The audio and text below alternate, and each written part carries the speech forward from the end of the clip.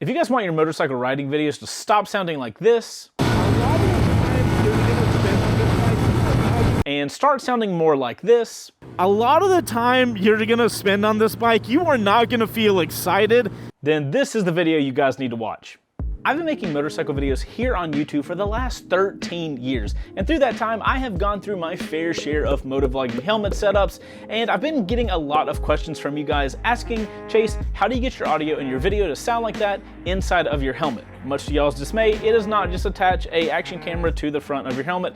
It is a little more in-depth than that. But as I was getting all those questions, I looked into it, and the last MotoVlogging helmet setup I did was 4 years ago, and since then, tons of things have changed. So today, we're gonna go through all of the nitty-gritty of how I set up one of my helmets, and I'm gonna give you guys all the little secrets that I have. If you could, hit the like button for me giving you guys every secret that I have. There's a lot of time and money in this, and a like would be nice.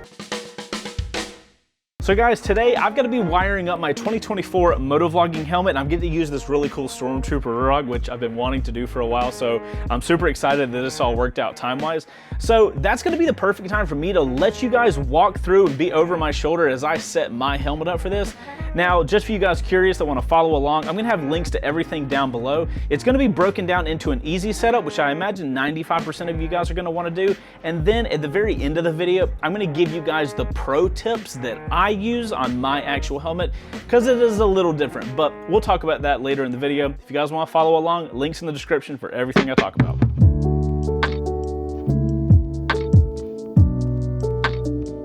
Okay, let's take this absolutely stock helmet and turn it into something that I can wear and record in with very high quality.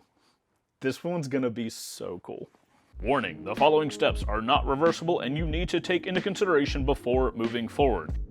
First thing we gotta do is protect our mic that will be placed on the inside of the helmet from the wind. Now, it sucks in the summertime to cut off the vents, but it makes for such better audio, which is far more important to me. We're gonna do this by using electrical tape over the front vents. Then, using a sharp blade, we're going to cut the outline around the vent. For this helmet, we'll be doing it on these front 2 vents.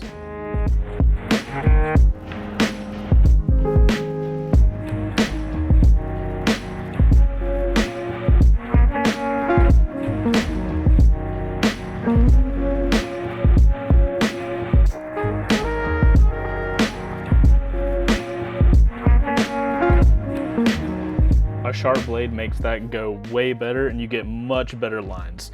I've cut up a lot of helmets doing this, so sharp blade. Step 2, secure the camera mount. This next step is going to be slightly different for you depending on the type of helmet you're mounting, but if you have a Ruroc Atlas 4.0, you're going to be able to follow this exactly as I do it. Ruroc has this little action camera adapter that are perfectly shaped for the front of the helmet. I find that the 3M tape on the back does a decent job, but I put my helmets through absolute hell, so I opt for really beefing that connection up with this clear epoxy on the front. I just mix up a little bit on some cardboard, and then I fill in the areas around that front mount where the 3M tape isn't touching. If you use the clear stuff, you can't even tell it's there, and it provides an incredible amount of security on that front mount. The only con, it ain't coming off, so proceed with caution. I normally work on the top of the mount first and let it dry for about 15 minutes, then I'll flip the helmet over and fill in the bottom so I can avoid drips. I would also let this epoxy dry for a full day before you try mounting your camera to it, just to make sure it cures. Step 3, modify the interior of the Ruroc for the microphone. While we have the epoxy out, we have one more thing to do with it. If you've tried to tape anything to the inside of a Ruroc, you'll know that the material they use inside cannot be taped. Whatever it's made of just doesn't let anything stick to it, other than, you guessed it, epoxy, of course. We're gonna use the same epoxy to fill in the front air vents on the Ruroc. This is gonna do multiple things. It's gonna help with sound absorption as well as create a surface that we can attach our microphone to later in the video. I'm literally just gonna mix up a big batch of this and fill this area in. Again, let it dry pretty well before you start mounting things so you don't have any drip issues. Next up, I'm going to be installing my Cardo unit. Now, this step isn't really important for the motovlogging aspect of the helmet, but I personally cannot ride without listening to music, so this step is an absolute must for me. If you guys are looking to upgrade your helmet, I actually have a Cardo discount link in the description down below. So if you're looking to pick one up, make sure to use that link and save yourself some cash when you're upgrading your helmet. Okay, now that I've got music in my helmet, we can keep this thing going. Now for the important stuff, the microphone. If you guys want good audio in your helmet, there is only one way to do it, and that is get a microphone. Over the years, I've tested hundreds of mics and have found this little $30 mic called a Purple Panda works incredibly well for the price. If you're getting started out, get this microphone, end of story. Now, if you want the mic I use, it's gonna cost you more than 10 times that amount, but it does an incredible job capturing a mix of my voice while still having some external noise. Links for both of these are in the description down below. Now that we have this front area of the helmet epoxied, we can install the mic. When installing the mic, I just use gaff tape to keep the mic in place. I also install it directly in front of my mouth to get the best speaking quality possible. I will say that we have sometimes had luck mounting it on the side of the cheek pad, so I would suggest playing around with the location that picks up your specific voice the best. Now, no matter where you end up mounting your mic, make sure to have a dead cat installed, which is this little furry thing. Yes, it does tickle your face, but it helps a ton with wind noise. The good news is your mic will more than likely come with one, and if you grab the Purple Panda, this is the one it's gonna come with. For this step, I'm gonna show you guys running the mic directly into a camera, which I would imagine is gonna be what 95% of you guys are gonna wanna do. Mic cables are typically really long, so what you're gonna end up doing is running the cable down past the chin skirt and then running it under this little rubber area to the front of your helmet. Now, before we tidy up the cable, let's talk about cameras real quick. When it comes to recommended cameras for this setup, I have two primary cameras that I've really enjoyed lately. It's the DJI Action 4 and the Insta360 Ace Pro. For either of these cameras to work, you will need to purchase their separate mic adapters, but in our testing, both of these cameras do a great job with this exact setup. I will note that the Action 4 does have the ability to change your mic levels in the camera, while the Ace Pro isn't able to do that, but from what we've seen, the Ace Pro has its levels set really well out of the box, specifically with the Purple Panda. If you pick up either of these cameras, I'll promise you're gonna be happy with your video and your audio. Also, as a note, both of these cameras were sent to me from their respective companies, but neither have a say in this video. That being said, the links for the cameras in the description are affiliate links, so if you end up purchasing from there, it does help the channel out a bit. Also, if you guys need to see a camera setup video, I can totally make that, but it's a little outside the scope of this video. I don't want it to be too long. Let me know in the comments if you guys want me to make a video like that. After you decide on whatever camera you're gonna go with, we now have this super long cable that we need to clean up. For this easy setup, I typically just wrap it around the camera mount in the front until I have just enough length to make it to the camera mic port. Once I get it wrapped all the way around, sometimes I'll take a little bit of that electrical tape from earlier and tape it just to hold it and make it look a little cleaner.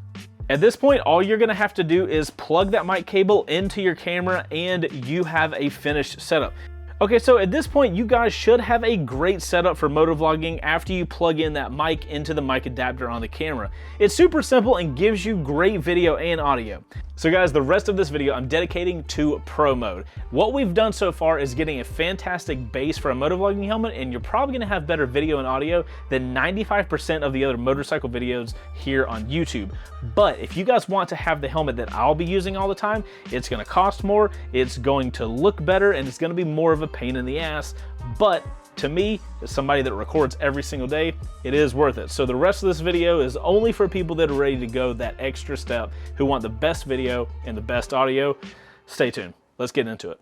All right, guys, so we have our stock motovlogging helmet here, but time to go to Pro Mode. So for this, we are going to remove that mic. We are going to take this camera off of here because we need to put some accessories on this little DJI Action 4. To do that, we are going to remove the audio receiver for now. Now, what we're gonna be doing is adding an ND filter. The reason we're adding an ND filter is because we want to have a little bit of motion blur in our video. The one I'm currently using right now is an ND16. That's just the one I like the most, and you can get these from DJI for their Action 4. You can also get these for the Ace Pro if you end up going with that camera as well. But the ND filter just pops there on like that. Now, the main reason we got this cage is so we can include this accessory. This cage is going to have a little cold shoe here, and that's going to allow us to install this little guy. This is a receiver for wireless audio. So what I'm going to do is plug it in there to the top. Now he's got a little top hat. How adorable. Then we do the audio cable there, wrap the audio around, and we'll tuck that cable in like that. And that, my friends, is our wireless audio setup with an ND filter for the Action 4. And the beauty about this case is it still fits onto the original DJI quick release camera setup. So why are we adding a wireless audio source? I'll show you. First, let's get this off and let's remove all of the cabling. Okay, our cable is undone. We can put our camera back on. All right, camera is back on, and now we have all of this extra cable. So instead of routing this cable to the front, we are now going to route it to the back.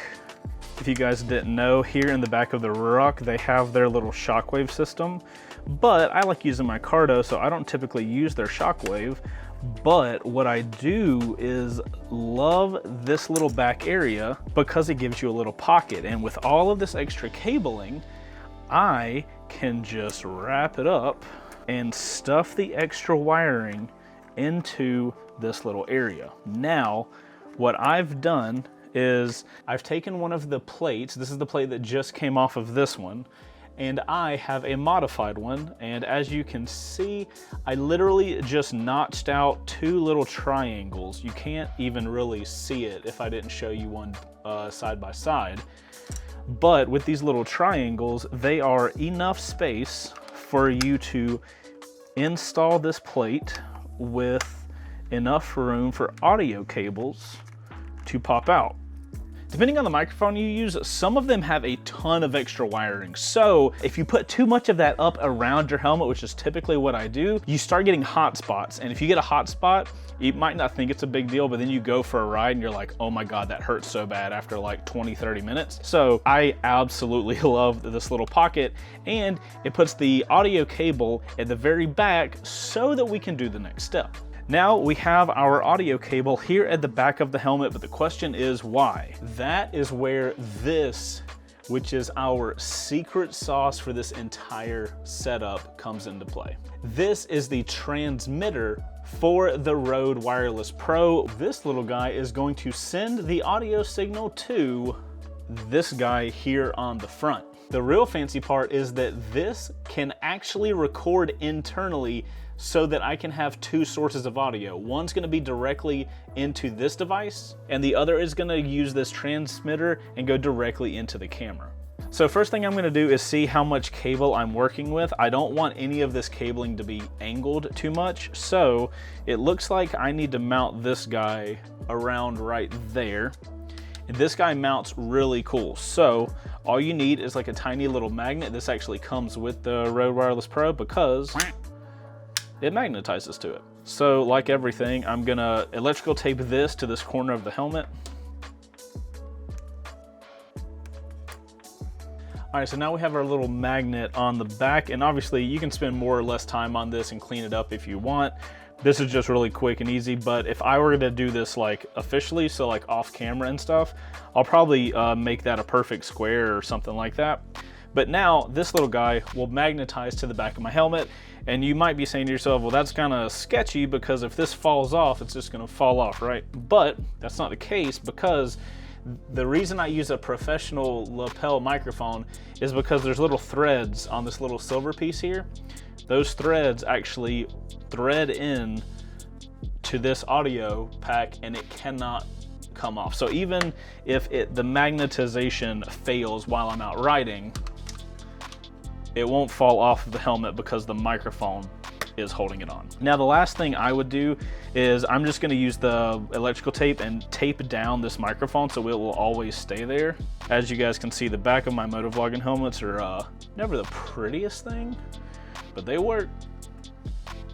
All right, my friends, what you are seeing is my professional setup for motovlogging, and you're probably asking, Chase, it seems like a lot of extra stuff for not a lot of benefit, but What this little recorder does, one, it gives me an audio recording. Regardless if my camera totally fails, I've still got audio, and this records what's called 32-bit float audio. A lot of you guys probably don't know what that is, but basically this audio that it's recording onto this device, it cannot peak. So regardless of how loud I scream or how loud the motorcycle is or anything, I will always have really good, high quality, clean audio.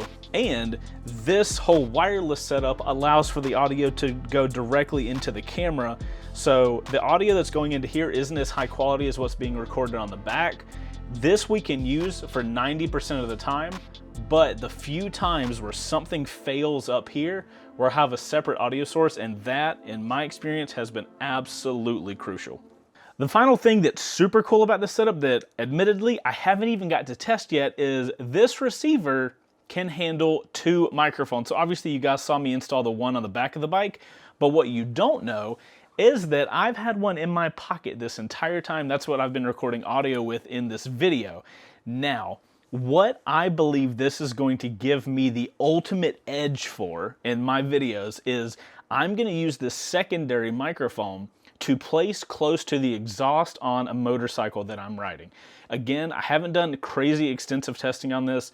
I'm gonna be doing it moving forward, but this way I can have one mic dedicated to getting the best audio of the motorcycle for you guys, because you guys love the audio of the bike while we're riding, and then the other mic is entirely dedicated to getting a great audio of my voice. I personally believe, give me 3 weeks, maybe a month, and I'm gonna have an absolutely killer audio setup. We just need time and multiple bikes to be testing this out on. We're gonna be doing that in the future. But guys, this is my pro motovlogging setup. I personally don't think you can get higher quality than what you're seeing right here. And I'm pretty excited to be using this. This is the best footage and audio that I'm ever going to have been able to get up to this point. So hopefully this video helped you guys out. At this point, as of February 2024, you guys see everything that I use. So there's no excuse for not having great video and audio for you guys. So guys, that's it for me. Outro crew, thank you for getting to the end of the video. I know you already liked the video because you're awesome. Drop a comment, put OC in your comment, and let me know if this video helped you guys out. I know most of the videos are about motorcycles, but every now and then I gotta help out my motovlogging people. For you guys that actually want a motovlog, I want you guys to have no reason to not have high quality video and audio. And anybody that asks me in the future, Chase, how do you do your audio and your video? This is the video they're coming to. Again, I got links for everything I use down in the description down below, both the easy setup and my pro setup. Hope you guys enjoyed the video. I'll see you on the next one. Later. I got the Stormtrooper helmet set up. Oh my God, I am excited to go ride in this now. Also, yes, to answer your question, this does add a ton of weight to your helmet. There are sacrifices to motovlogging. Don't say there aren't.